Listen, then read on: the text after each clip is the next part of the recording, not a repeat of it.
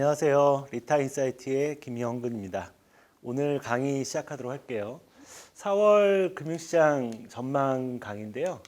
이번 달은 지난달 또 워낙 일이 많아서 뭐 여러 가지 업데이트 해드릴 것도 많은데 지금 최근에 이제 가장 이슈가 되고 있는 거는 이제 연준의 정책이죠. 긴축 정책에 대해서 뭐 매일매일 다릅니다. 매일매일 강도가 강해지고 있고 아직은 뭐 기준금리 0.25 정도 한번 올렸지만 연준이 올해 이제 계획하고 있는 것들, 그다음에 예정하고 있는 것들이 긴축 강도가 생각보다 되게 강해지고 있어요. 시간이 갈수록 인플레가 너무 심하다 보니까 연준 입장에서는 저희가 이제 작년에 말씀을 한번 드렸었잖아요. 작년 한 4분기 그리고 연말 정도에 저희가 이제 계속 경고해 드린 게 내년에는 인플레이션 압력이 굉장히 강해질 거고 그다음에 구조적 인플레이션 그러니까 일시적인 어떤 코스트 푸시 인플레이션이라고 하는데 공급망 지연에 의한 일시적인 인플레이션이 아니고 임금 상승 인플레이션이라고 해서 인플레이션이 강해지고 임금이 상승하고 또 인플레이션 강해지고 이런 어떤 악순환이 걸릴 수가 있거든요. 그런 부분들이 지금 나타나고 있어가지고 연준 입장에서도 이게 이제 일시적인 거라기보다는 구조적인 거다라고 판단을 하고 이제 인플레를 잡기 위해서 금리를 올리는 상황이 됐습니다. 그래서 지금 그런 데 초점이 맞춰져 있다 보니까 연준 입장에서는 미국 경제가 지금 고용 시장이 워낙 뜨겁기 때문에 이럴 때 이제 인플레를 잡기 위해서 올리는 거라서 사실 고용이나 경기는 별로 신경을 안 쓰고 있어요. 연준 입장에서는 무조건 인플레를 안정시켜야 된다라고 판단하고 있고요. 그래서 이제 저희가 작년 연말에 이제 50bp나 70bp까지도 한 번에 인상할 수 있다고 말씀드렸는데 이제 그런 부분들이 한 지난주에 이제 좀 가시가 되고 있죠. 그러다 보니까 뭐 금융시장이든 뭐 전 세계 금융시장이든 자금시장이든 뭐 혼란이 되게 심해요. 지금 왜냐하면 원래 금융시장에서 제일 큰 시장이 이제 채권 시장인데 채권 금리가 워낙 강하게 오르다 보니까 채권 가격이 폭락하는 거잖아요. 반대로 얘기하면. 그래서 채권 펀드들이 뭐 박살이 나고 있어서 지금 뭐 주식도 좀 어렵긴 하지만 채권은 거의 학살 수준이거든요. 94년 이후로 처음으로 굉장히 강한 하락세가 나오고 있어서 자금들이 과연 이제 채권에서는 지금 빠져나오고 있는데 이탈되고 있는데 그 자금들이 지금 이제 주식시장으로 올 거냐. 근데 주식시장은 사실 주식시장도 지금 버블도 심하고 그 다음에 여기서 이제 계속 뭔가 경기 침체 가능성이 높아지고 있기 때문에 이런 부분들이 좀 주식으로 오기에는 또 부담스러운 수준이거든요. 주식 자체가 많이 올라 있어서 그래서 이럴 때 이제 보통 이제 원자재 시장이나 대체 시장으로 가는데 지금 현재는 이제 원자재 시장으로 계속 가고 있는 거죠. 그래서 에너지 가격이나 이런 부분들이 많이 오르고 있는 그런 상황이 되고 있습니다. 그래서 저희가 이제 작년에 예상했던 거의 그림대로 가고 있는 것 같아요. 현재는. 근데 제가 예상했던 거 정도 가고 있는 것 같고요. 그래서 이제 주식시장 같은 경우는 전반적으로 이제 막 혼란이 심하죠. 그러니까 우리나라 신흥국 같은 경우는 뭐 거의 죽음이고 이런 경우는 미국 주식시장 같은 경우는 이제 굉장히 많이 흔들리고 있는. 그러니까 그렇다고 막 주식시장의 하락세로 막 약세 시장으로 빠지는 건 아닌데 현재는 굉장히 이제 증폭이 커지고 있는 거죠. 이제 급락했다가 급등했다가 급락했다 급등했다가. 근데 고점은 뚫지 못하고 그렇다고 아직 뭐 완전 약세장으로 접어들기에는 고용 시장이 너무 뜨겁기 때문에 뭐 경기 침체의 사인이 나오면 모를까 아직까지는 좀 그런 사인이 안 나오다 보니까 뭐 고점 대비 한 20% 이내에서 주식이 굉장히 변동성이 커지는 그런 상황을 보이고 있습니다. 그래서 지금 뭐 최근에 어떤 금융시장의 흐름을 보면 뭐 과거에도 여러 번 겪었지만 지금 불확실성이 굉장히 커지고 있다. 그래서 저희가 연말에 미국 주식시장하고 그 다음에 인도, 베트남에 대해서 이제 좀 비중을 좀 줄이는 게 좋지 않겠느냐. 차익 실현 좀 하고 현금을 좀 갖고 있어야 된다라고 말씀드렸는데 뭐 지금도 그 의견은 계속 유지가 되고 있고요. 이번 달은 스페셜 리포트는 이제 우크라이나 전쟁을 다뤄봤는데 뭐 러시아 우크라이나 전쟁은 뭐 저희가 장기화될 가능성이 있지만 장기화됐을 때 이제 그 피해 규모나 이런 것들을 아직 뭐 예정할 수 없잖아요. 지금 장기화도 어떻게 될지 모르니까. 근데 어쨌든 지금 현재까지는 생각보다 좀 길어지고 있는 상황이라서 원래 지난달에 다뤘어야 되는데 지난달에 너무 정보가 없었고 이번 달에 뭐 러시아 우크라이나 전쟁에 대해서 좀 다뤄봤습니다. 그런데 그 부분이 어떤 전쟁이란 게 이제 예측이 좀 안 되기 때문에 사실 시나리오를 가지고 접근을 할 수밖에 없는 거고, 예전에 미중 패권 전쟁처럼 시나리오 한 4가지 정도 좀 만들어 봤고요. 그다음에 각 시나리오별로 어떤 영향을 미칠 거냐, 우리 경제나 뭐 글로벌 자산 시장에 어떤 영향을 미칠 거냐를 좀 예측을 해봤습니다. 그리고 전쟁의 어떤 핵심적인 부분, 보통 이제 금융시장도 그렇고 뭐 여러 가지 부분도 그렇지만 특히 이제 본질적인 부분과 핵심적인 부분을 좀 갖고 있어야 되거든요. 알고 있어야 뭔가 대응이 가능하기 때문에 그런 부분을 좀 짚어봤습니다. 그래서 이번 스페셜 리포트 설명을 좀 드리면, 전제 시나리오는 한 4가지, 둘, 셋, 네 가지 정도로 이제 제가 잡아봤는데, 우선 첫 번째는 뭐 러시아가 아무 소득 없이 철군하는 경우, 러시아가 그 우크라이나 전체를 점령하지 못하면 이제 이번 전쟁은 거의 진 거거든요. 사실은 진 건데, 돈바스 지역 같은 경우는 뭐 지금 러시아가 노릴 수밖에 없는 거는, 러시아는 기본적으로 이제 항구가 없어요. 이게 부동항이 없거든요. 그래서 블라디보스톡 같은 경우 이제 항구가 있긴 하지만 그쪽은 그 부동항이 아니에요. 그러니까 겨울에는 거의 얼어 있기 때문에 군사적으로 봤을 때 이제 러시아, 중국도 그렇지만 러시아가 사실 외부로 이 함대가 나가는 길이 별로 없기 때문에 흑해라는 곳을 이제 굉장히 중요하게 여기고 있습니다. 그래서 돈바스 지역을 점령을 하면 흑해를 점령할 수 있기 때문에 어떻게 보면 러시아의 첫 번째 목표가 되겠죠. 이번 전쟁의 원래 첫 번째 목표는 돈바스 지역이고,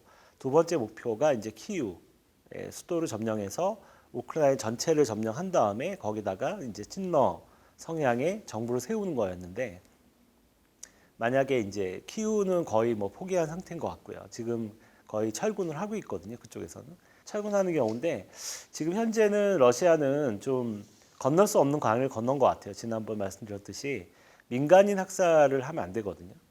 전쟁을 하더라도 민간인 학살을 하면 전범이 되고, 그 다음에 전쟁이 끝난 이후로도 굉장히 이제 문제가 커지기 때문에 사실 민간인 학살을 안 하는데, 이번에 러시아가 이제 민간인 지역 공격하고 민간인 학살까지 자행을 하면서 사실은 건널 수 없는 강을 건넌 상태예요. 그러다 보니까 여기서 포기하고 물러설 수는 없는 상황인 거죠. 사실은 저희가 볼 때는 5월 말 정도면, 5월 말까지만 우크라이나가 버틸 수 있다면 러시아가 더 이상 전쟁을 수행하기가 좀 어려운 상황이 된다. 그렇게 되면 그냥 러시아는 이제 명분만, 자국 내의 명분이죠.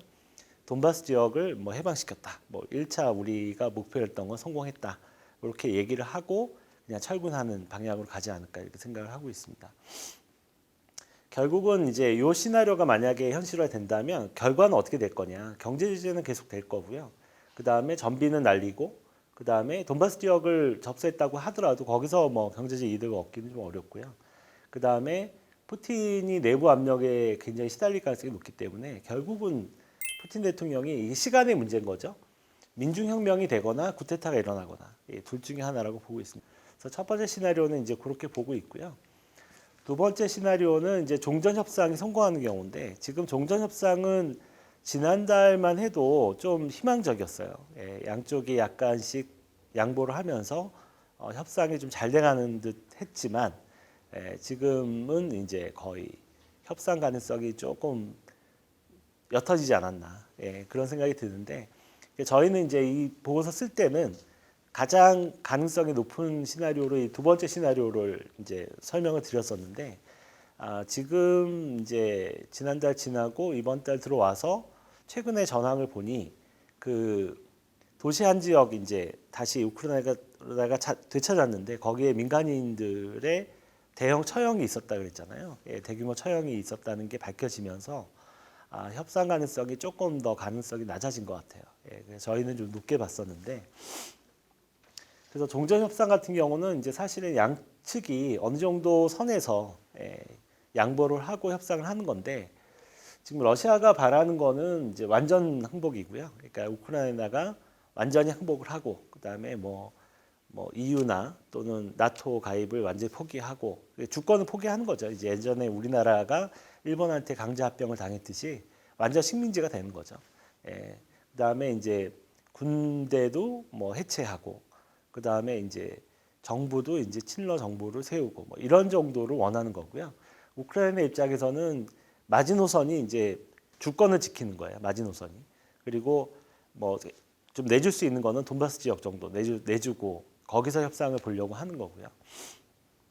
만약에 이제 종전 협상이 성공한다면 아마 러시아가 5월 말 정도 이전에 5월 말 정도 갔을 때까지 이제 러시아가 완전히 이제 전쟁에 승리를 못 한다면 러시아 입장에서도 협상을 할 만한 것 같아요. 돈바스 지역만 확실히 집중해서 장악을 하고 협상에 나서는 방법도 있습니다. 그래서 그냥 명분 없이 철군하는 것보다는 협상을 통해서 철군하는 게 아무래도 뭐 그렇다고 경제 제재가 끝나진 않겠지만 아무래도 이제 명분상 그럴 수 있기 때문에 이것도 저희가 볼 때는 5월 말 정도가 되지 않을까 생각이 듭니다. 세 번째는 전쟁 중에 푸틴이 축출되는 시나리오예요. 요거는 뭐냐면 이제 최근에 이제 이런 기미가 좀 보이는데 전쟁이 이제 좀 장기화되면서 지금 내부적으로 뭐 지금 우리나라의 국정원에 해당되는 그런 조직도 있거든요. 예전에 러시아의 이제 정보국이나 뭐 이런 데서 이제 지금 보면 배신이 나오고 있고 그 다음에 러시아의 장관들도 국방부 장관이나 뭐 국무 쪽의 인부 그러니까 인원들도 지금 약간씩 거리를 두고 있어요. 푸틴하고. 그리고 내부적으로 어떤 기득권 간에 어떤 그 마찰이 일어나고 있어서 저희가 볼 때는 푸틴이 축출되는 시나리오도 가능하다고 생각을 해요. 결국은 이게 이제 장기화 될수록 이런 시나리오 가능성이 높아지는 거죠. 이렇게 푸틴 같은 경우에 지금 독재자잖아요. 일종의 독재자이기 때문에 적이 많거든요. 내부적인 적들도 많고 하기 때문에 결국은 이제 내부에서 이제 군부가 제일 중요한데 군부가 조금 명령도 듣지 않고 그 다음에 약간 반발도 하고 있기 때문에 전쟁 중에 푸틴이 축출되는 시나리오도 가능하지 않을까. 이게 가장 좋은 시나리오예요, 사실은. 글로벌 경제 입장에서는 이 세 번째 시나리오가 되면 사실은 가장 좋은 시나리오고요. 푸틴이 축출된다는 건 결국 쿠데타가 일어나는 거고요. 민중혁명까지는 쉽지 않고 지금 러시아 국민들은 거의 이제 쇠뇌를 당해 있는 상태이기 때문에 민중혁명까지는 시간이 너무 부족하고요. 결국은 전쟁 중에 푸틴이 축출되는 시나리오는 쿠데타밖에 없습니다. 쿠데타가 일어나서 푸틴이 이제 사망을 하거나 뭐 해외로 도주를 하거나 그런 경우 아니면 벨라루스로 뭐 망명을 하거나 일단 자식들하고 이제 와이프는 해외로 피신을 시켜놨다고 하니 푸틴도 이런 시나리오를 생각하고 있는 것 같은데 이제 이렇게 될 경우에는 이제 결국 푸틴이 내려오면 경제 제재는 풀리겠죠. 풀리고 러시아는 아마 민주화의 길로 가지 않을까 생각이 들고요. 이게 사실은 이제 중국 입장에서 가장 피하고 싶은 시나리오죠. 푸틴이 물러나게 되면 어떻게 보면 이제 약간 러시아와 중국의 어떤 밀월 관계 그걸 통해서 이제 반미의 진영을 형성하고 있었는데 러시아가 이런 식으로 된다면 제가 봤을 때는 이제 다시 이제 결국은 중국이 고립되는 외교적으로나 뭐 군사적으로 고립되는 상황이 될 수 있습니다. 그래서 제가 봤을 때는 혁명이 일어난다면 너무 좋은 거죠. 이렇게 되면 러시아도 일단은 경제 제재가 풀리고요.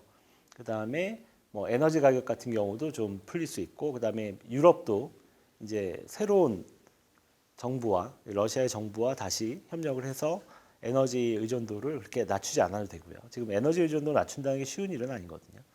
그래서 이런 시나리오가 가장 좋은 시나리오입니다. 그래서 이것도 가능성이 좀 있어요. 제가 봤을 때는 지금 움직임을 봤을 때는 조금 가능성이 있는데 이제 전쟁 중에 보통 일어나거든요. 이런 경우는 전쟁이 길어지면서 불만이 쌓이고 쿠데타가 일어나서 푸틴이 축출되는 이런 상황도 있을 수 있는데 제가 봤을 때는 만약에 이렇게 된다면 이것도 아마 상반기 중 정도에 있지 않을까. 그 다음에 네 번째가 이제 최악의 시나리오인데요. 요거는 러시아와 나토 간의 전쟁으로 확산되는 경우죠. 이런 경우는 좀 뭐 거의 가능성은 제가 봤을 때는 굉장히 낮다고 생각을 하는데 뭐 모르죠. 푸틴이 마지막에 몰리면 어떤 선택을 할지 모르겠는데 러시아가 나토에 해당되는 국가를 공격하면 이게 가능해져요. 나토에 해당되는 국가 중에 가장 만약에 가능성이 있다면 폴란드 정도가 되겠죠.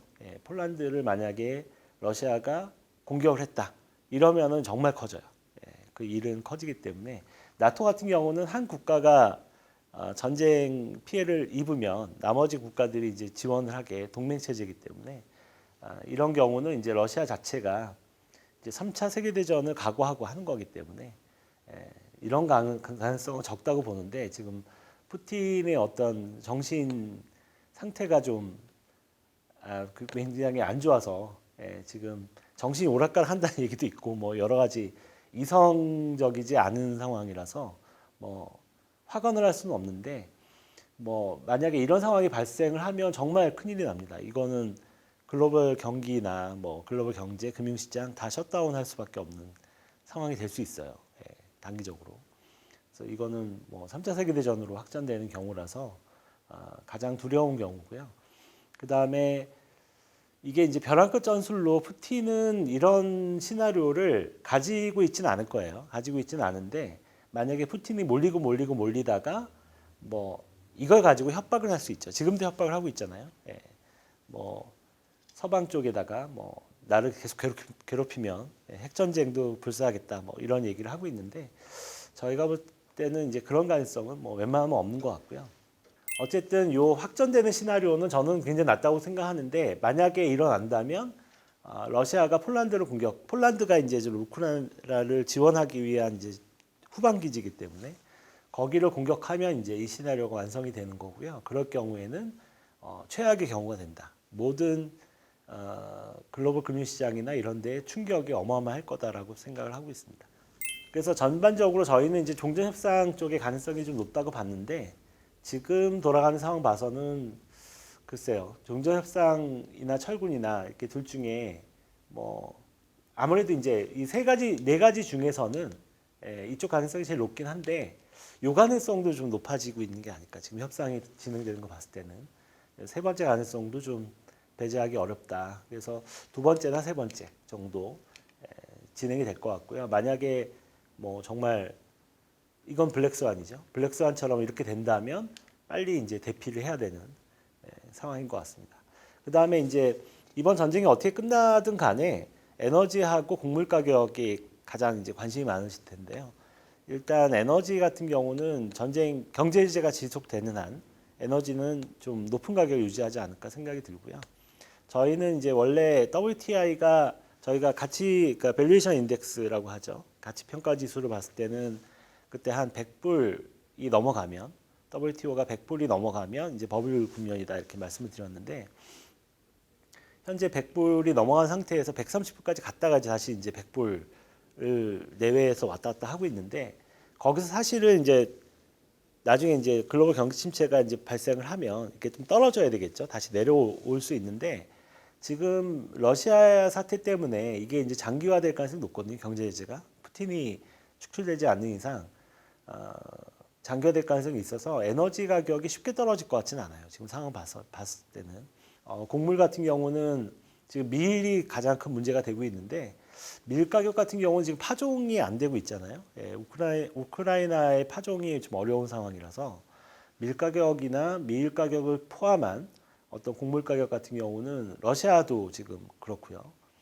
이거는 뭐 좀 내년까지도 가격이 굉장히 많이 뛸 가능성이 높아요. 지금도 많이 뛰어 있지만 뭐 에너지 가격은 여기서 200불을 갈 수도 있고 못 갈 수도 있는 상황이지만 곡물 가격이나 밀 가격 같은 경우는 내년까지도 계속 공급 부족이 거의 확실하기 때문에 제가 봤을 때는 계속 우상향하지 않을까 이렇게 생각이 들고 좀 걱정이 되는 거는 밀을 주식으로 하는 곳이 이제 아프리카나 또 중동, 인도도 아마 밀 쪽을 많이 먹죠.